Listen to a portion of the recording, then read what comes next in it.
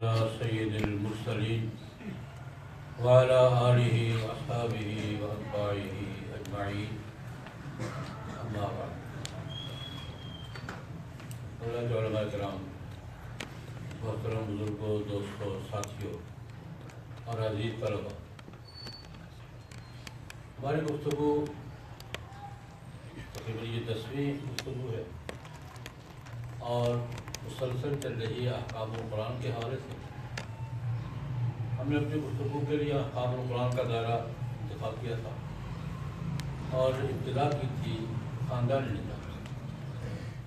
خاندانی نظام ایک بنیادی یونٹ ہے خاندان سوسائٹی کا۔ میاں بیوی، ماں باپ، اولاد، بہن بھائی، کنبہ، برادری، اس کے آپس کے تعلقات، معاملات، پھر نکاح کی بات ہوئی تھی، طلاق کی بات ہوئی تھی، وراثت کی بات ہوئی تھی۔ یہ مختلف جن کا تعلق خاندانی زندگی سے ہے ان سے متعلقہ مسائل، احکام پہ ہم قرآن پاک کی روشنی میں اور جناب نبی کریم صلی اللہ علیہ وسلم کے ارشادات اور حضور کے اسوہ مبارکہ کی روشنی میں ترتیب سے گفتگو کر رہے ہیں۔ آج ہماری گفتگو کا عنوان ہے صلہ رحمی۔ قرآن پاک نے جن احکام پر بہت اہمیت کے ساتھ زور دیا ہے ان میں صلہ رحمی، امر اللہ یوسف، وہ چیزیں جن کو جو رشتے جن کو اللہ پاک نے جوڑ کر رکھنے کا حکم دیا ہے۔ صلہ رحمی، صلہ رحمی کا لفظی معنی ہے رشتے جوڑنا، رشتوں کا جوڑ قائم رکھنا۔ اللہ پاک نے جو رشتے دیے ہیں ان کو قائم رکھنا اور رشتوں کو توڑ دینا قطع رحمی ہے۔ قرآن پاک نے دونوں اصطلاحیں استعمال کی ہیں، صلہ رحمی کی بھی اور قطع رحمی، یقطع ارحامکم، عسیتم ان تولیتم ان تفسدوا فی الارض وتقطعوا ارحامکم۔ قطع رحمی، صلہ رحمی، صلہ رحمی رشتے جوڑ کر رکھنا اور قطع رحمی رشتوں کو توڑ دینا، پامال کر دینا، نظر انداز کر دینا، ان کا لحاظ نہ رکھنا۔ یہ اخلاق حسنہ میں تو شمار ہوتا ہی ہے، صلہ رحمی قائم رکھنا، رشتے قائم رکھنا اچھے اخلاق میں۔ جناب نبی کریم صلی اللہ علیہ وسلم کے اخلاق عظیمہ میں صلہ رحمی ایک بہت بڑی صفت مبارکہ ہے۔ نبی کریم صلی اللہ علیہ وسلم رشتوں کا بڑا خیال رکھتے تھے، تعلقات کا بڑا خیال رکھتے تھے، رشتوں کا احترام کرتے تھے اور رشتوں کو یاد رکھتے تھے۔ بہت سی روایات ہیں، بخاری شریف کی روایت ہے جہاں نبی کریم صلی اللہ علیہ وسلم کا احساس مبارک، اسوہ مبارک کیا تھا؟ رشتوں کو باقی رکھنے کے حوالے سے، رشتوں کو یاد رکھنے کے حوالے سے۔ ام المومنین حضرت خدیجہ الکبریٰ رضی اللہ تعالی عنہ، ان کا انتقال مکہ میں ہو گیا تھا، ہجرت سے پہلے ہو گیا تھا۔ جناب نبی کریم صلی اللہ علیہ وسلم کی سب سے طویل مدت والی بیوی تھی، 25 سال۔ اس سے اتنی طویل عرصہ کوئی بیوی حضور کی بیوی نہیں رہی جوانی کے زمانے میں۔ رسول اللہ کی 25 سال کی عمر میں شادی ہوئی ہے ام المومنین حضرت خدیجہ الکبریٰ رضی اللہ تعالیٰ عنہ، اور 50 سال کے تھے جب حضور حضرت خدیجہ کا انتقال ہو گیا۔ 25 سے 50 سال کی عمر، 13 سال عمر ہوتی ہے۔ نبی کریم صلی اللہ علیہ وسلم نے ام المومنین حضرت خدیجہ الکبریٰ رضی اللہ عنہ کے ساتھ وقت گزارا۔ اس سال ان کا انتقال ہوا تو حضور کو ڈبل صدمہ پیش آ گیا تھا۔ سن 11 نبوی کی بات ہے، ڈبل صدمہ۔ ایک طرف عالیہ محترمہ غمخوار جنہوں نے ساتھ دیا، اپنا سب کچھ لٹایا، صبر کا مظاہرہ کیا، اپنی ہر چیز قربان کر دی رسول اللہ صلی اللہ علیہ وسلم پر، ان کا انتقال ہو گیا۔ دوسری طرف چچا محترم جناب ابو طالب، انہوں نے حضور کی خدمت کی، ساتھ دیا، پشت پناہی کی، پیچھے کھڑے ہوئے، اور جب تک ابو طالب زندہ رہے ہیں کسی کو ہمت نہیں ہوئی جناب نبی کریم صلی اللہ علیہ وسلم کی۔ تو حضور نے اسے عام الحزن کہا، یہ میرا غم کا سال ہے۔ ہوتا نا یہ سال فلاں، آج کل جو منسوخ کرتے ہیں یہ سال فلاں چیز کا ہے، یہ سال فلاں چیز کا ہے، تو میں کہتا ہوں کوئی حرج کی بات نہیں. رسول اللہ صلی اللہ علیہ وسلم نے ایک سال غم کا منایا، عام الحزن کہتے تھے، یہ بڑا غم کا سال ہے. تو مجھے یکے بات دیگرے دو بڑے صدمے برداشت کرنے پڑے. لیکن جو بات میں عرض کر رہا ہوں کہ موقع میں فوت ہو گئی تھی مدینہ منورہ میں. نبی کریم صلی اللہ علیہ وسلم بیوی عطا فرمائی، بڑی باوقار تھیں، بڑی چہیتی تھیں، بڑی خدمت گزار تھیں. لیکن حضرت خدیجہ کو حضور ہمیشہ یاد رکھتے، خدیجہ کو ہمیشہ یاد رکھتے. ان کی بہن حالہ جب بھی آتی تو حضور ایسے استقبال کرتے، خدیجہ کی بہن آئی، خدیجہ کی بہن آئی، اور ایسا ذکر کرتے. ایک لطیفے کی بات سمجھ لے رہے ہو، واقعہ ہے. ام المومنین حضرت عائشہ رضی اللہ تعالیٰ عنہ فرماتی ہیں کہ مجھے کسی بات پہ اتنا غیرت نہیں آتی تھی، تو بار بار خدیجہ کا ذکر کرتے تو مجھے احساس ہو جائے کیا بات ہے، بار بار اس کا ذکر کرتے. بڑھیا فوت ہو گئی ہے، فوت ہو گئی، کافی سال ہو گئے. بخاری کی روایت کہتی میں کہہ دیا رسول اللہ بڑی آپ کو بھولتی رہی. اللہ پاک نے آپ کو اور بیویاں دی ہیں، جوان بیویاں دی ہیں، قوائی بیویاں دی ہیں، خوبصورت بیویاں دی ہیں، وہ بڑی آپ کو بھولتی نہیں. کہہ دیا بیوی تھی. تو دن ایک جملہ عائشہ خدیجہ کو کون بھول سکتا ہے؟ تم ساری میرے سکھ کے وقت کی ساتھی ہو، وہ میرے دکھ کے وقت. اس نے میرے ساتھ دکھ کے 25 سال گزارے ہیں، وہ کون بول سکتا ہے؟ رشتوں کو یاد رکھنا، رشتوں کو قائم رکھنا، رشتوں کو یاد رکھنا. صرف رشتے نہیں، تعلقات. حضرت عبداللہ بن عمر رضی اللہ عنہ کا ایک واقعہ محدثین ذکر فرماتے ہیں. ان کا معمول تھا کہ جناب نبی کریم صلی اللہ علیہ وسلم کے ساتھ ایک حج کیا تھا انہوں نے، پھر زندگی بھر ساری زندگی کوئی حج انہوں نے چھوڑا نہیں. جب تک زندہ رہے ہر سال حج پہ جاتے تھے، لازمن جاتے تھے. کئی دفعہ ان کو روکا بھی، نابینا ہو گئے ہیں، حضرت وہاں لڑائی ہو رہی ہے، یہ ہو رہا ہے، نہیں جاؤں گا. ایک دفعہ مکہ مکرمہ میں جنگ ہو رہی تھی، حضرت عبداللہ بن زبیر کی اور حضرت بن یوسف کی شدید جنگ تھی، مکہ کا محاصرہ کیا ہوا تھا. تو بیٹوں نے کہا یا حضرت اب جائیں گے، جنگ ہو رہی ہے، پتہ نہیں آپ کو وہاں اندر جانے دیں نہ جانے دیں، سفر رہنے دینا، کون سا فرق. بیٹے بھارت بیٹوں کو یاد رکھنا چاہیے کہ یا حضرت باہر لڑائی ہو رہی ہے، محاصرہ ہے، پتہ نہیں آپ کو جانے دیتے ہیں کہ نہیں جانے دیتے. بزرگ آدمی ہے، چھوڑے حصہ نہ صحیح نا، کون سا یہ فرض عین ہے کہ آپ نے ضرور کرنا ہے. ہمارے دیکھو یار رسول اللہ صلی اللہ علیہ وسلم ایک دفعہ گئے تھے تو لوگوں نے روک دیا تھا نا، جو حضور نے کیا تھا میں وہی کروں گا. روک دیں گے تو جو حضور نے کیا تھا میں وہی کروں گا. لیکن گئے. ان کا ایک واقعہ، یہ تعلقات، رشتے، ان کو قائم رکھنا، ان کا احترام کرنا، اس کی چھوٹی سی مثال ہے. واپس جا رہے ہیں حج کر کے مکہ مکرمہ سے مدینہ منورہ واپس جا رہے ہیں، تو راستے میں ایک آدمی ملا، عربی تھا، بدوی تھا، کوئی ملا، سلام کیا، کہا کہ حضرت آپ کو یاد ہوگا میں آپ کے گھر آیا کرتا تھا، میرے والد صاحب آپ کے والد صاحب کے دوست تھے، میرے ابا جی آپ کے یہاں آیا کرتے تھے، تو میں بھی بچہ تھا ساتھ آیا کرتا تھا.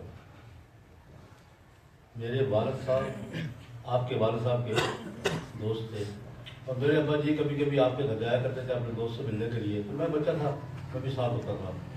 اگر آپ کو یاد ہو فلاں صاحب یاد ہونا تو ان کا بیٹا ہوں، ورما یاد آ جاتا. میں نے آپ کو دیکھا ہے، آپ آیا کرتے تھے ہمارے گھر، دوست سے ملنے آتا تھا تو بچہ بھی ساتھ ہوتا تھا، یہ ہوتا ہے. خیر کچھ دیر رہے ساتھ، رخصت ہونے لگے.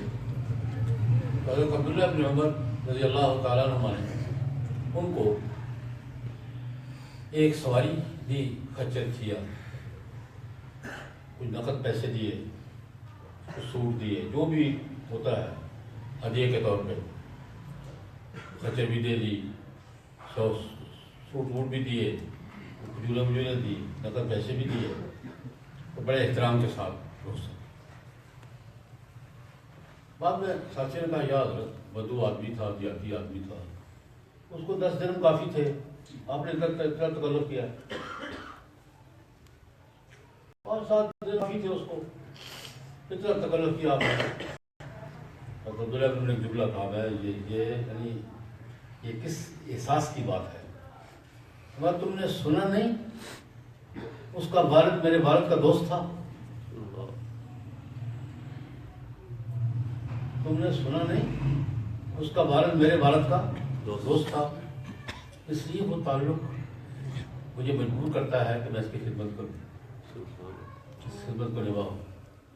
یہ تعلقات کو، رشتوں کو نبھانا، رشتوں کا احترام، رشتوں کو قائم رکھنا۔ بلکہ ایک صاحب آئے جناب نبی کریم صلی اللہ علیہ وسلم کی خدمت میں، یا رسول اللہ میرے والد صاحب فوت ہو گئے، زندگی میں تو والد کا حق تھا خدمت کرنا، اطاعت کرنا، احترام کرنا، ادب کرنا، ماں باپ کا یہ حق ہوتا ہے، ادب، احترام، ان کے حقوق کی تعمیل، ان کی خدمت ماں باپ کا حق ہے۔ فوت ہو گئے ہیں تو کیا فوت ہو جانے کے بعد بھی باپ کا کوئی حق ان پر ہے؟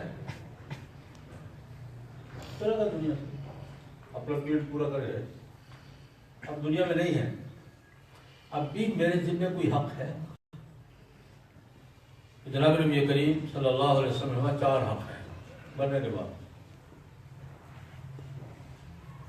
مرنے کے بعد 4 حق ہیں تمہارے۔ پہلا حق، اس کے لیے مغفرت کی دعا اور اظہار ثواب کچھ نہ کچھ کرتے ہو، جب بھی موقع ملے دعا کرو، جب بھی یاد آئے اظہار ثواب کرو، کچھ نہ کچھ بھیجتے رہو، سپلائی لائن جا۔ ویسے تو اس سے ہٹ کر بھی اولاد جو کچھ خیر کے کام کرتی ہے، تربیت تو ماں باپ نے دی ہے نا، تو سب سے پہلے کس کھاتے میں جاتی ہے؟ تو نام نہیں بھی لے گا تو جائے گی، تو قانون ہے۔ ماں باپ نے اولاد کی تربیت کی ہے، تعلیم دی ہے، ان کی تربیت اور تعلیم سے اولاد، بیٹا بیٹی وہ اچھے کام کرتے ہیں، خیر کے کام کرتے ہیں، تو یہ آٹومیٹک اس کے کہے بغیر اس کے ذہن میں بھی نہیں ہے۔ یہ ثواب پہلے کس کے ذہن میں جاتا ہے، کس کے کھاتے میں جاتا ہے؟ ماں باپ کے۔ لیکن اس سے ہٹ کر ارادتاً نام لے کر، یاد کر کے، یہ مستقل حق ہے کہ ان کو یاد کر کے ثواب پہنچایا جائے، مغفرت کی دعا کی جائے، تو بھائی یہ پہلا حق ہے۔ یہاں آٹومیٹک ثواب چلا جاتا ہے، یہ خودکار سسٹم ہے، یہ آٹومیٹک سسٹم ہے۔ یہ جو کام کرتا ہے اس کام کا ثواب خود بخود جس نے تعلیم دی تھی، جس نے تربیت دی تھی، جس سے اس کام راستے پہ لگایا تو اس کو جاتا ہے، اور یہ اللہ کا نظام ہے۔ اس پر ایک دلچسپ واقعہ اس وقت میرے ذہن میں آیا، میں وہ درمیان میں عرض کر دیتا ہوں۔ ہمارے ہاں ہر زمانے میں آپس میں مناظروں مقابلوں کو کوئی نہ کوئی عنوانات ہوتے ہیں، اور ذوق ہے، یہ مختلف ہوتے ہیں، اس وقت بھی ہیں، پاکستان میں اور ہیں، مصر میں اور ہیں، ترکی میں اور ہیں۔ اگر کسی نہ کسی مسئلے پر ہم آپس میں باس مباحثہ کرتے رہتے ہیں، اور کوئی حرج کی بات بھی نہیں ہے اگر باس مباحثہ ہی ہو، جھگڑا لڑائی نہ ہو تو۔ علمی مباحثے، فکری مباحثے بہت فائدے کی چیز ہیں اگر یہ مباحثہ رہے، تہذب نہ اختیار کر لے، گروہ بندی نہ ہو جائے، جھگڑے نہ ہو، تو بہت کام کی چیز ہے۔ اب تو خیر ہمارے مسائل اور ہیں، اس زمانے میں ایک مسئلہ یہ تھا، ہمارا جی چاہتا نا اپنے کسی مسئلے پہ زور لگانا ہے اور دیکھنا ہے، اور یہ آج سے 150 سال پہلے کی بات ہے۔ مسئلہ ہمارے ہاں زیر بحث یہ تھا مناظرے مکالمے کا، تو کوئی نبی، کوئی پیغمبر امتی اعمال میں نبی سے بڑھ سکتا ہے؟ کوئی امتی اعمال میں نبی سے بڑھ سکتا ہے؟ کس کے پاس جو بات کرتے تھے گنتی کے حوالے سے وہ کیسے بڑھ سکتا ہے؟ گنتی کے حوالے سے بڑھ سکتا ہے نا. اور جو بات کرتے تھے قدر اور قیمت کے حوالے سے کیسے نہیں بڑھ سکتا؟ بات صرف گنتی میں تو اور ہو جاتی ہے، گنتی زیادہ ہو جاتی ہے، لیکن کیفیت ساری بلا ہوتا.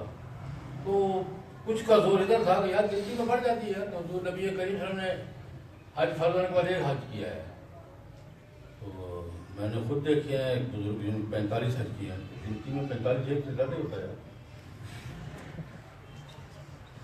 یہ گنتی جتنی توجہ گنتی پر چونکہ بڑھ سکتا ہے، تعداد میں بڑھ سکتا ہے. جناب نبی کریم صلی اللہ علیہ وسلم نے روزے فرض ہونے کے بعد 9 سال روزے رکھے. یہاں کئی بیٹھے ہوئے انہوں نے 20 سال 30 سال 40 سال مسلسل روزے رکھے. ایک زاویہ یہ تھا کہ یار گنتی تو 30 ہوتے ہیں، 9 ہوتے ہیں، 2 اور 2 4 ہی ہوتا ہے نا، کیا ہوتا ہے. وہ اس بات پر کہ جناب گنتی میں بڑھ سکتا ہے، عبادت زیادہ ہیں، حج زیادہ ہیں، عمرے زیادہ ہیں. جن کا ذوق دوسری طرف ہو کہ یار ساری امت کی ساری نمازیں ایک طرف، رسول اللہ صلی اللہ علیہ وسلم کی 2 رکعتیں ایک طرف، کوئی تصور بھی کیا جا سکتا ہے. یہ بات چل رہی ہے اور بات صرف زاویے کی ہے. ہماری اکثر باتیں ایسی ہی ہوتی ہیں. ہمارے علماء میں جو باتیں ہوتی ہیں نا، اکثر پورے تو پیچھے اتنی سی بات نکلتی ہے. ہم میدان گرم کر لیتے ہیں اور ٹھیک ٹھاک گرم کرتے ہیں، اور جب آخر تجزیہ کریں تو بات کسی ہوتی ہے. وہ گنتی دیکھ رہے ہیں، وہ کیفیت ہے. اس کیفیت میں حضرت مولانا محمد قاسم نانوتوی رحمۃ اللہ علیہ نے اتنی سی بات انہوں نے کہا یار گنتی میں نہیں بڑھ سکتا ہے. کوئی امتی اعمال میں گنتی میں بھی پیغمبر سے نہیں بڑھ سکتا. انہوں نے کہا حضرت کیا کہہ رہے ہیں آپ؟ حساب کتاب کی بات ہے، حساب کتاب سے ہوگی. پہاڑے تو پہاڑوں کی طرف پڑے جاتے ہیں، اس میں کوئی عقیدت تھوڑی ہوتی. 2 2 4 ہی ہوتے ہیں، 4 8. میں نہیں پڑھ سکتا بھائی، گنتی میں بھی نہیں پڑھ سکتا. اب ایک نئی بات کیسے؟ سنو میری بات. امت کو سارے اعمال کی تلقین کس نے کی ہے؟ کس نے ہدایت کی ہے؟ کس کے کہنے میں نمازیں پڑھ رہے ہیں؟ کس کے کہنے پر روزے رکھتے ہیں؟ یہ سارے کام کس کے کہنے پر کر رہے ہیں؟ جو کام کرتے ہیں پہلے ثواب کس کے کھاتے میں جاتے ہیں؟ سبحان اللہ. یہ لو ہے کیلکولیٹر، ساری امت کی ساری نمازیں مل کر گنتی میں بھی حضور سے ایک امتی کی نہیں، ایک امتی کی نہیں، سارے امتیوں کی ساری نمازیں مل کر بھی حضور کی نمازوں سے. کھاتا دیکھو نا، اکاؤنٹ دیکھو، اکاؤنٹ میں کیا ہے، کھاتے کے بیلنس دیکھو ذرا. یہ بیلنس کیا کہ استاد کے کھاتے میں، ماں باپ کے کھاتے میں، شیخ کے کھاتے میں، تربیت کرنے والے کے کھاتے میں. جو آدمی بھی نیکی کا عمل کرتا ہے تو سب سے پہلے اس کے کھاتے میں جاتا ہے جس نے یہ عمل سکھایا ہے. لیکن فرماتے ہیں کہ نام لے کر، یاد کر کے، متعین کر کے کہ اللہ میرے ماں باپ کو اس چیز کا ثواب پہنچا، یہ بھی ان کا حق ہے. تو رسول اللہ صلی اللہ علیہ وسلم ہمارا پہلا حق ان کا یہ ہے کہ ان کے لیے دعائیں مغفرت کرتے رہو. اس سارے ثواب کی کوئی نہ کوئی ضرورت کر سکتے. یہ ماں باپ کا باپ کے حوالے سے بات کی. میرا باپ فوت ہو گیا، یا رسول اللہ اس کا کوئی حق فرمایا؟ پہلا حق کہ اس کو یہ سارے ثواب کرتے رہو، وقتاً فوقتاً مغفرت کی دعا کرتے رہو، جب یاد ہے اللہ پاک سے درخواست کرتے رہو. دوسرا، اگر اس نے کسی سے کوئی وعدہ کر رکھا تھا پورا نہیں کر سکا، ہوتا ہے کسی آدمی کے ساتھ، کسی ادارے کے ساتھ، کسی خیر کے کام کے ساتھ کمٹمنٹ کر رکھی تھی میں یہ کروں گا اور کر نہیں سکا، تو میں اگر توفیق ہے تو کر دو یار۔ باپ نے کوئی کمٹمنٹ کر رکھی تھی، کوئی وعدہ کر رکھا تھا، کہیں کوئی بات کہہ رکھی تھی، وہ نہیں کر سکا۔ اگر تم کر سکتے ہو تو یہ باپ کا حق ہے، وہ کر دو، اگر ہمت ہے تو کر دو۔ دوسرا حق، تیسرا حق جو میرے موضوع سے متعلق ہے، فرمایا باپ کی وجہ سے جو رشتہ داریاں تھیں نا وہ ٹوٹنے نہ پائیں۔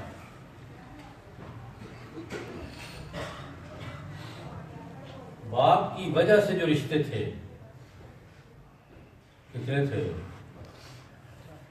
ربا کے ساتھ کچھ رشتے باپ کی طرف سے ہوتے ہیں، کچھ رشتے ماں کی طرف سے ہوتے ہیں، ایک تیسرا کھاتا بھی ہے، کون سا؟ بیوی کا۔ کچھ اس طرح سے ہوتے ہیں، ایک چوتھا کھاتا بھی ہے، کون سا؟ رضاعت کا۔ 4 کھاتے ہیں رشتوں کے۔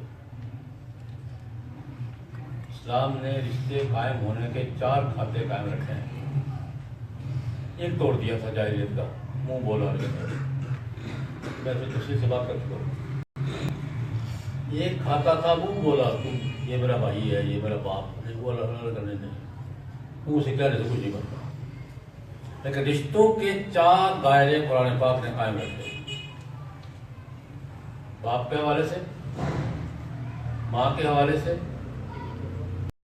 بیوی کے حوالے سے، اور دودھ کے 4 اسباب۔ جناب نے یہ کریم فرمایا کہ تمہارے باپ کی وجہ سے جو رشتے تھے، پھوپھی تھی، چچا بھائی تھے، جو ان کے دادا تھا، دادی تھی، ان کے رشتے دار تھے، باپ کی وجہ سے جو رشتے تھے نا وہ رشتے ٹوٹنے نہیں چاہیے اور رشتوں کو قائم رہنا۔ ویسے تو ہمارے ہاں تو محاورہ نا، پڑھ گیا تو ساکھ گیا، پڑھ گیا تو ساکھ گیا۔ ہمارا پنجابی کا محاورہ کیا ہے؟ پردادا بختم، پڑھ گیا تو ساکھ گیا۔ لیکن ہمارے جو بھی رشتے موجود ہو نا، بلکہ ایک روایت میں آتا ہے، جناب نبی کریم صلی اللہ علیہ وسلم نے ارشاد فرمایا تعلموا انسابکم لکی تصلوا ارحامکم۔ امام بخاری نے الادب المفرد میں بات، تعلموا انسابکم، اپنے نسب اور رشتے یاد رکھو، سیکھو۔ ایک مستقل تقاضا ہے، تعلموا انسابکم، اپنے نسب نامے، اپنے رشتے سیکھو، پوچھو کسی واقعہ سے۔ جب ایک دلچسپ واقعہ میرے ذہن میں آیا، جناب نبی کریم صلی اللہ علیہ وسلم کے خلاف جب عرب کے شاعروں نے طوفان برپا کر دیا تھا، وہ لکھ رہا، وہ لکھ رہا، وہ لکھ رہا، وہ لکھ رہا، تو خصوص احزاب کی جنگ کے بعد عرب شعراء نے اور قریشی شعراء نے، قریش کے شعراء نے طوفان کھڑا کر دیا تھا ان کے بعد، شعر و شاعری میں اور اشعار لکھ رہے ہیں، حجب لکھ رہے ہیں، یہ کر رہے ہیں، طوفان برپا کر دیا تھا۔ جناب نبی کریم صلی اللہ علیہ وسلم نے مسجد نبوی میں عام اجتماع میں صحابہ سے سوال کیا، بھائی یہ اس کا جواب کون دے گا؟ اس کا جواب کون دے گا؟ کہ فلاں فلاں فلاں فلاں لکھ رہے ہیں میرے خلاف کا، اور سنا رہے ہیں اور پڑھ رہے ہیں، آثار میں ثابت کھڑے۔ بڑا دلچسپ قصہ ہے۔ آثار میں سب بڑے شاعر تھے، شاعر رسول اللہ صلی اللہ علیہ وسلم، حضور کے بڑے شاعر تھے، کھڑے ہو گئے، یا رسول اللہ میں حاضر ہوں۔ زبان نکالی، بات ہاتھ سے پکڑی، ان کا لفظ یہ ہے، اگر ان کی مراد کیا تھی، اس کالی زبان کے ساتھ قریشیوں کو چیخ پھاڑ کے رکھو، یہ جملہ آپ کے خلاف شعر و شاعری کرنے والے قریشیوں کو اس زبان کے ساتھ چیخ پھاڑ کے رکھو۔ انہوں نے ہمیں آسان، میں بھی قریشی ہوں، کیا ہے میں زبان کے ساتھ قریشیوں کو عید پھاڑ کے رکھوں، میں بھی قریشیوں کو ہی میرا کیا کرو گے یا رسول اللہ؟ آپ کو ایسے درمیان سے نکال لوں گا جیسے مکھن سے آٹے سے بال نکالا جاتا ہے، یعنی میری کسی بات کے ذات آپ پہ نہیں پڑے گی، میں ایسی بات کروں گا آپ کو ایسے نکال لوں گا جیسے آٹے میں سے بال نکالا جاتا ہے۔ نبی کریم صلی اللہ علیہ وسلم نے اس پہ اکتفا نہیں کیا، حکم دیا کہ تعلموا انسابکم، تعلموا انسابکم، اما حسان ایسا کرو، ابو بکر کے بعد بیٹھو، ان سے میری رشتہ داریاں اچھی طرح معلوم کر لو، میرا نسب، میرے رشتے، میرے تعلقات، میری رشتہ داریاں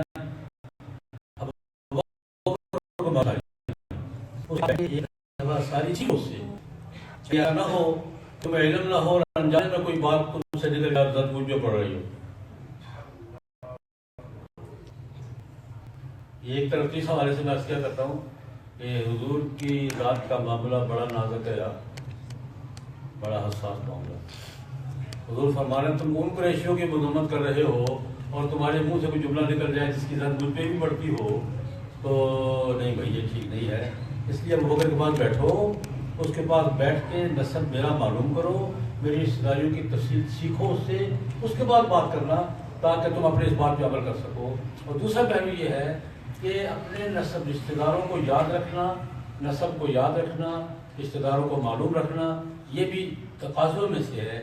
تو یہ جناب نے بھی یہ اس کی تقریب خیر دو حق یہ بتائے تھے۔ سوال اس کا یہ تھا کہ باپ میرا فوت ہو گیا اور فوت ہونے کے بعد میرے ذمہ کیا حق ہے، تو حضور نے فرمایا تھا اس کے لیے جب یاد آئے دعائے مغفرت ایثار ثواب کرتے رہو۔ دوسری بات کیا فرمائی، جو اس نے اگر کسی کمٹمنٹ کر رکھی ہے، کو وعدہ کر رکھا ہے، پورا کر سکتے تو پورا کر دو۔ تیسری بات یہ فرمائی کہ میں نے بھی عرض کی ہے کہ اس کی وجہ سے جو رشتے ہیں نا ان کا احترام قائم رہے۔ چوتھی بات یہ فرمائی، یہ رشتوں کی بات، اگلی تعلقات کی بات، یہ باپ کے جن لوگوں سے تعلقات تھے نا ان تعلقات کے احترام ضرور کرتے رہو، اس طرح عبداللہ بن عمر نے کیا تھا، وہ اس کھاتے کی بات۔ ہمارے باپ کے تعلقات جن سے تھے، جن کا وہ احترام کرتے تھے، جو ان کا احترام آپ سے، وہ بھی تمہیں یاد رہنے چاہیے کہ یہ میرے باپ کا دوست تھا، میرے باپ کا ساتھی تھا، اس پر میرے باپ کے احسانات ہیں، اس کے میرے باپ پر احسانات ہیں۔ عبداللہ بن عمر نے جیسے کہ میرے باپ کا دوست ہے اس لیے میں خدمت کر رہا ہوں۔ تو یہ جناب نبی کریم صلی اللہ علیہ وسلم نے تعلقات، رشتے دونوں، ان کو موت کے بعد بھی قائم رکھنے کی تلقین فرمائی ہے کہ آپس کے رشتے قائم رکھو، آپس کی رشتہ داریاں یاد رکھو، آپس کے رشتوں کا احترام کرو۔ یہ تو ہمارا صلہ رحمی کا ہمارا معاشرتی پہلو۔ لیکن میں ایک اور حوالے سے بات کروں، قرآن پاک نے اس کا سماج کے حوالے سے اس کو سماجی ضرورت کے طور پہ بیان کیا۔ صلہ رحمی، رشتوں کا قائم رہنا، جوڑ، جس کو جوائنٹ سسٹم کہتے ہیں، قرآن پاک نے جہاں بھی ذکر کیا ہے قطع رحمی کا اور صلہ رحمی کا، ایک لفظ بولا ہے هل عسیتم ان تولیتم ان تفسدوا فی الارض وتقطعوا ارحامکم الذین ینقضون عہد اللہ من بعد میثاقہ ویقطعون ما امر به یفسدون فی الارض۔ اور بھی جہاں صلہ رحمی اور قطع رحمی کا ذکر کیا ہے وہاں قرآن پاک نے فساد فی الارض کا ذکر۔ بھائی میرا اگر باپ کے رشتہ داروں سے تعلق نہیں ہے تو زمین کو فساد کیسے کر گیا؟ قرآن پاک کا یہ اصول دیکھیں، قرآن پاک کیا کہتا ہے، جب تعلق ما امر اللہ بھی یوسف، آگے کیا ہے، یفسدون فی الارض، ارض میں فساد فساد کیسے آ گیا؟ بھائی دو آدمیوں کا تعلق آپس میں قائم ہے، زمین میں فساد کیسے آ گیا؟ هل عسیتم ان تولیتم ان تفسدوا فی الارض وتقطعوا ارحامکم، ایسا نہ ہو کہ دو معنی کرتے ہیں مفسرین، ان طول اگر دین کی تعلیمات سے اعراض کرو تو اور رشتے قائم نہ رکھو تو زمین میں فساد پھیلے گا۔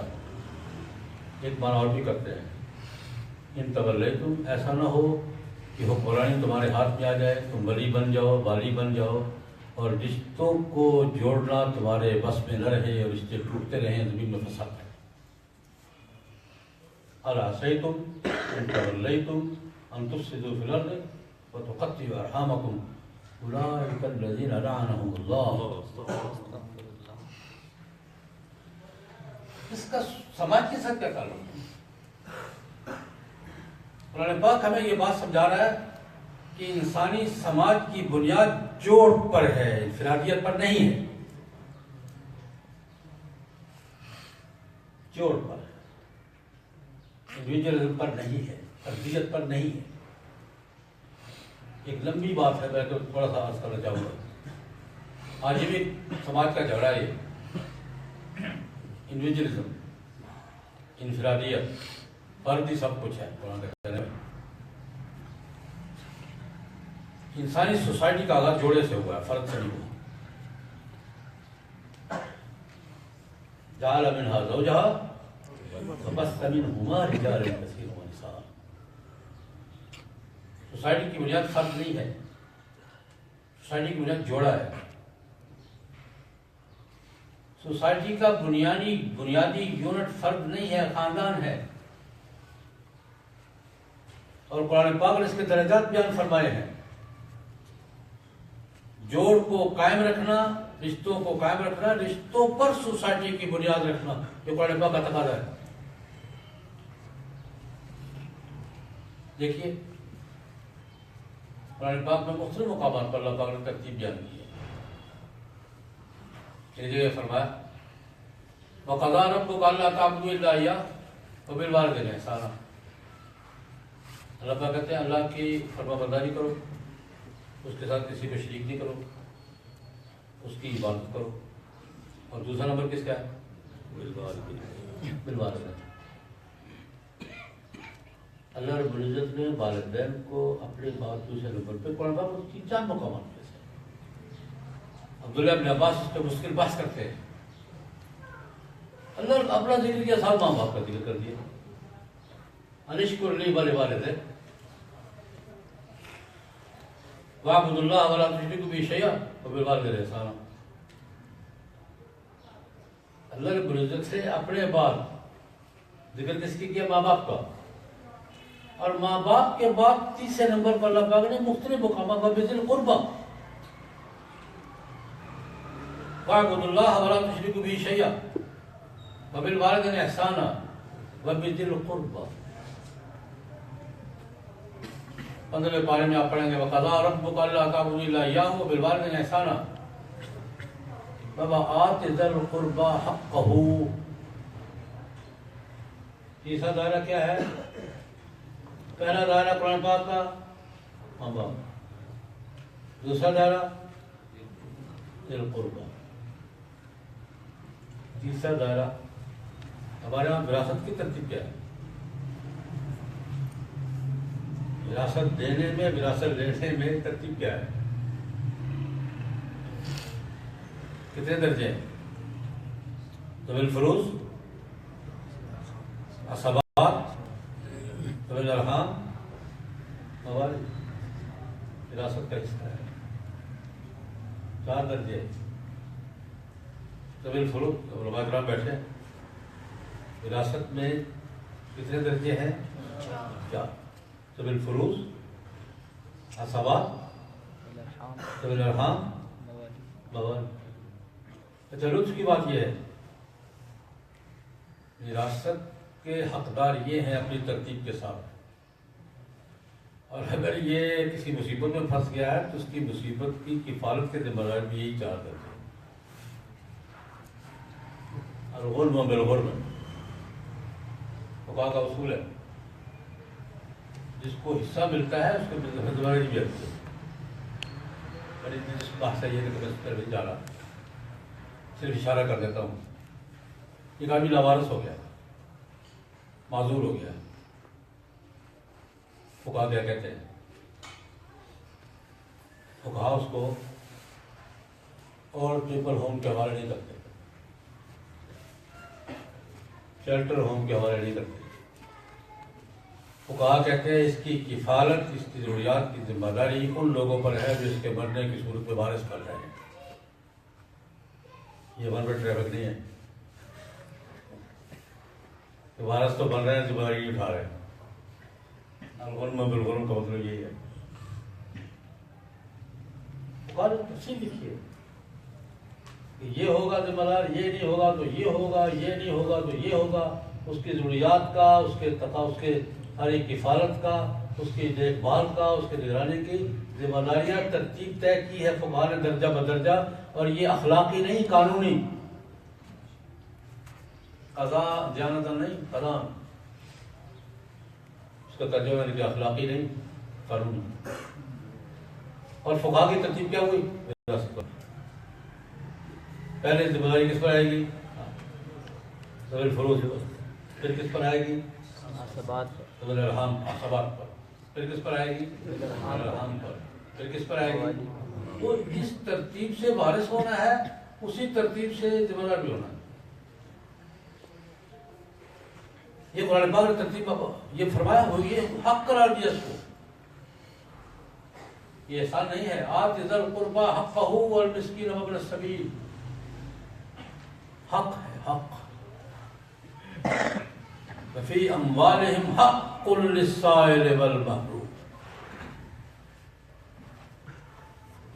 یہ احسان نہیں ہے, حق ہے. آت ذی القربی حقہ, یہ تیسرا درجہ میں نے عرض کیا. ایک چوتھا درجہ بھی قرآن پاک نے بیان کیا ہے. ہم تو سب کچھ بھول ہی گئے ہیں. ہم نے ایسی پیچھے لگے ہیں, ایسے پیچھے لگے ہیں مغرب پہ کہ ہم نے ہر چیز بھلا دی ہے. ہمیں بس رشتہ دار وہ جو جس کے ساتھ میل جول ہے اور جس کے ساتھ نیا رشتہ قائم ہو گیا ہے, باقی رشتہ دار ہمیں تصور بھی نہیں ہوتی. یہ کو ہمارا رشتہ دار ہے, یہ بھی کوئی بھائی ہے, یہ کوئی چچا ہے, یہ سوال نہیں پڑ رہا. بلکہ ہمارا المیہ یہ ہے, ہمارا المیہ یہ ہے. اگلا جو مرحلہ بیان کر رہا ہوں,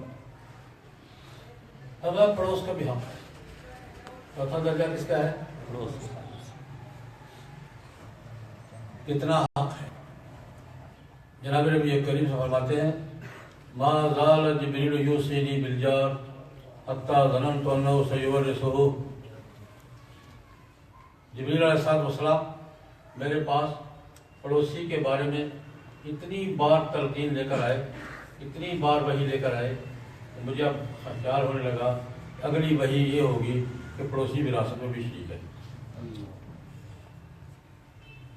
ما زال جبریل یوصینی بالجار حتی ظننت انہ سیورثہ. جبریل اتنی بار وصیت لے کر آئے, حکم لے کر آئے, مجھے گمان ہونے لگا کہ اب اگلا حکم کیا ہوگا کہ پڑوسی کا 10واں حصہ ہے یا 8واں حصہ ہے, یہ لے کر آ جائے گا, پڑوسی وراثت میں شریک ہے. تو ہوا نہیں ایسا. ام المومنین حضرت عائشہ رضی اللہ تعالیٰ عنہ کہتی ہیں میں نے دن پوچھ لیا یا رسول اللہ, پڑوسی کے بارے میں قرآن بہت کچھ کہتا ہے. قرآن پاک نے بھی کہا والجار ذی القربی والجار الجنب والجار والصاحب بالجنب. 3 درجے بیان کیے. والجار ذی القربی والجار الجنب والصاحب بالجنب. یہ اب تفصیل ہے اس کی, دوستوں سے جا رہا ہے. لیکن یہ چوتھا درجہ پڑوس کا میں جو بات عرض کرنا چاہتا ہوں, آج 2 باتیں عرض کر کے بات سمجھوں گا. قرآن پاک یہ کہتا ہے رشتے جوڑ کر رکھو, رشتوں کا احترام کرو, جوڑ قائم رکھو, ایک دوسرے سے ملتے جلتے رہو, ایک دوسرے کو حقوق ادا کرو. لیکن آج ہمیں المیہ درپیش یہ ہے کہ ہم جن کے پیچھے چل رہے ہیں وہ خود سر پکڑے بیٹھے ہیں کہ رشتے گئے کدھر.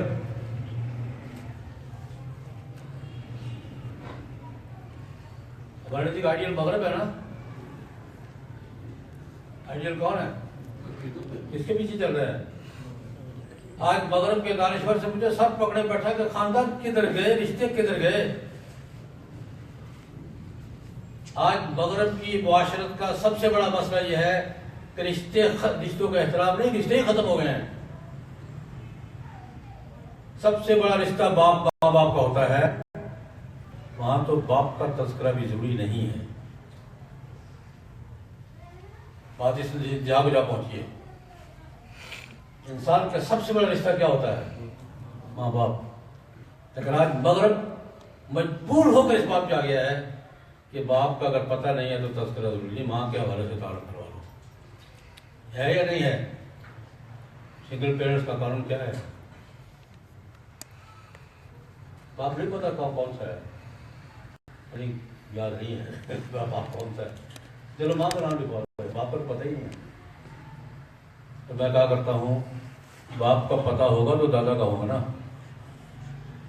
باپ کا پتہ نہیں ہوگا دادی کا پتہ ہوگا، چچا کا، تائے کا، چچا پروام کا پتہ ہوگا۔ ادھر سے شام ہی کٹ گئی ہے۔ ہمارا آئیڈیل یہ ہے، ہمارا آئیڈیل کون سا سسٹم ہے؟ ماں باپ بوڑھے ہو گئے، اولڈ پیپل ہوم میں چھوڑو، اولڈ پیپل ہوم میں چھوڑو، سال میں کل جا کے سلام کر لیا کرنا۔ آباد ہے، سینکڑوں نہیں، میں نے دیکھے ہیں، میں نے وزٹ کیا ہے اولڈ پیپل ہوم کا۔ ماں باپ ایک واقعہ عرض کرتا ہوں۔ ایک بار مجھے شوق ہے برمنگھم میں نے کہا کہ اولڈ پیپل ہوم دکھاؤ مجھے، لے گئے ساتھی، تو 70 کے قریب، 70-72 تو بڑی بلڈنگ تھی، تو وہاں بوڑھے چھوڑ آتے ہیں، ہمارے سامنے سنبھال سکتے ہیں، گورنمنٹ سنبھالتے ہیں، ویسے یہ بات سنبھالتے بھی سہولتیں ہوتی ہیں، مکان کو فلیٹ ہوتا ہے، کمرہ ہوتا ہے، ناشتہ ملتا ہے، روٹی ملتی ہے، زندگی کی سہولتیں بہت بہترین فراہم کرتے ہیں۔ دیکھا ہے ایک زندگی کی جو سہولتیں فراہم کی جا سکتی ہیں کسی کو کی جاتی ہے، اس پہ کوئی شک نہیں، لیکن اس کے پیچھے کیا ہے؟ اولاد سنبھالنے کی پوزیشن میں نہیں ہے، سنبھالنے کے تیار نہیں ہے۔ خیر ایک بڑھیا تھی 70 سال کے قریب، میں نے کہا اس بی بی سے انٹرویو کرنا ہے، ساتھی کو میں نے کہا میں تو ان پڑھ آدمی انگریزی نہیں جانتا، میں یار بات کرو اس سے۔ میں نے کہا بی بی یہاں کب سے ہو؟ کہتے کوئی 9 سال ہو گئے۔ یہاں کوئی تکلیف ہے؟ کوئی علاج بھی ہوتا ہے، کھانا بھی ملتا ہے، یہاں کمرہ بھی ہے، سب کچھ سہولتیں ساری میسر ہیں، اس جو ضرورت کے مطابق ساری چیزیں مل رہی ہیں۔ میں نے کہا خوش ہو؟ کیوں؟ میں نے کہا خوش ہو نا، 9 سال سے بڑے آرام سے رہ رہے ہو؟ کہتے نہیں۔ کہ کیوں؟ حسرت سے کہنے لگی کہ میں بس سارا سال گزارتی ہوں کرسمس کے انتظار میں، کرسمس کا دن ہوگا، وہ عید ہوتی ہے، میرا بیٹا اسی شہر میں رہتا ہے، کرسمس والے دن آئے گا، ہیلو مام، ہائے مام، آگے 2 منٹ بیٹھے گا، ایک کاغذوں کا پھولوں کا گلدستہ میرے ہاتھ پہ دے گا، اور میں اس کو دیکھ کر اگلے سال اس دن کا انتظار شروع کر دوں۔ اللہ،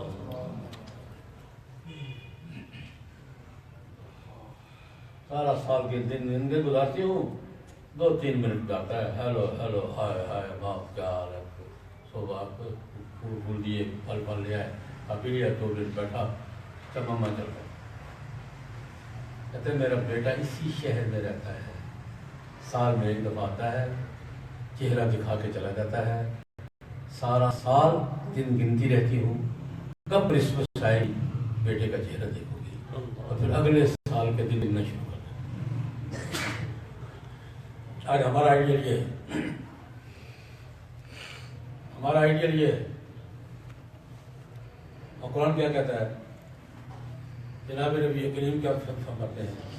میں یہ بات عرض کرنا چاہ رہا ہوں، اسلام میں معاشرت کی بنیاد انفرادیت پر نہیں ہے، جوڑ پر ہے، صلہ رحمی پر ہے، پڑوس پر ہے، سوسائٹی پر ہے، آپس کے تعلقات پر ہے۔ تعلقات کے احترام پر ہے، اور یہی ایک اسلامی معاشرت کی جان ہے۔ ایک بات کہہ کے باتیں تو بہت سی کہنے کو جی چاہ رہا ہے، بہت کچھ کہنے کو جی چاہ رہا ہے، لیکن ایک بات ہمارے دنیا کی معزز خاتون ہے ہیلری کلنٹن، نام سنا؟ یہ خاتون بھی رہی ہیں، خاتون بھی رہی ہیں، صدر بنتے بنتے رہ گئی، لیکن دنیا کی بڑی خاتون ہے، قابل احترام ایک بڑی خاتون ہے، دانشور ہیں، سیاستدان ہیں، بڑا مقام ہے اس کا۔ ایک دفعہ انہوں نے کہا کہ مجھے مسلمانوں کے فیملی سسٹم پر رشک کرتا ہے۔ یہ سوال نے کہا تھا، اور جنگ نے رپورٹ کی تھی، کہ میں نے اس کا حوالہ بھی دیا کسی کالم میں، مجھے مشرق کے فیملی سسٹم پر رشک کرتا ہے۔ یا لڑکی جب جوان ہوتی ہے تو وہ سوسائٹی کے رہنما پر نہیں ہوتی، اس کے گرد ماموں چچا بھائیوں کا ایک حصار ہوتا ہے جو ان کی حفاظت کرتا ہے، ایک گھیرا ہوتا ہے، وہ سوسائٹی کے رہنما پر نہیں ہوتی، ماموں کا، چچاؤں کا، بھائیوں کا ایک پورا حصار ہوتا ہے جو اس لڑکی کی جوانی کی حفاظت کرتا ہے۔ آج یہ باتیں ہمیں پرانی لگتی ہیں، لیکن یہی بات میں یاد دلانا چاہتا ہوں۔ آج بھی مغرب جو خاندان کے نظام کے بکھرنے کا رونا رو رہا ہے، سر پکڑے بیٹھا ہے کہ خاندان کدھر گیا، رشتے کہاں گئے، آج بھی انسانی سوسائٹی کو جوڑ، امن، تعلقات، حقیقی خوشی، اسباب کی نہیں، حقیقی خوشی وہ انہی تعلیمات میں ملے گی جو قرآن پاک کی ہیں اور جناب نبی کریم صلی اللہ علیہ وسلم نے ارشاد فرمائی ہے۔ انشاءاللہ العزیز وہ دور آئے گا، ہمارا کوئی کردار ہوگا یا نہیں ہوگا، لیکن دنیا بہرحال فطرت کی طرف واپس لوٹ رہی ہے اور لوٹے گی انشاءاللہ العزیز۔ اللہ کرے کہ ہمارا بھی اس میں کوئی رول ہو، آمین، ہمارا بھی اس میں کوئی کردار ہو۔ اللہم صلی علی سیدنا محمد۔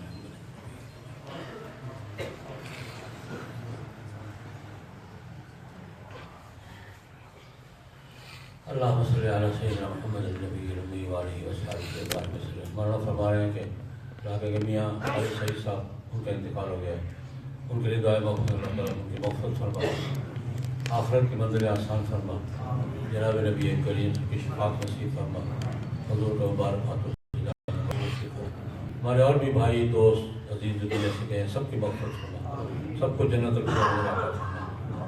ربنا اغفر لنا ولاخواننا الذين سبقونا بالایمان ولا تجعل في قلوبنا غلا للذين آمنوا ربنا انك رؤوف رحيم۔ ربنا هب لنا من ازواجنا وذرياتنا قرة اعين واجعلنا للمتقين اماما۔ ربنا تقبل منا انك انت السميع العليم وتب علينا انك انت التواب الرحيم، وصلى الله تعالى على خير خلقه محمد وآله واصحابه واتباعه اجمعين برحمتك يا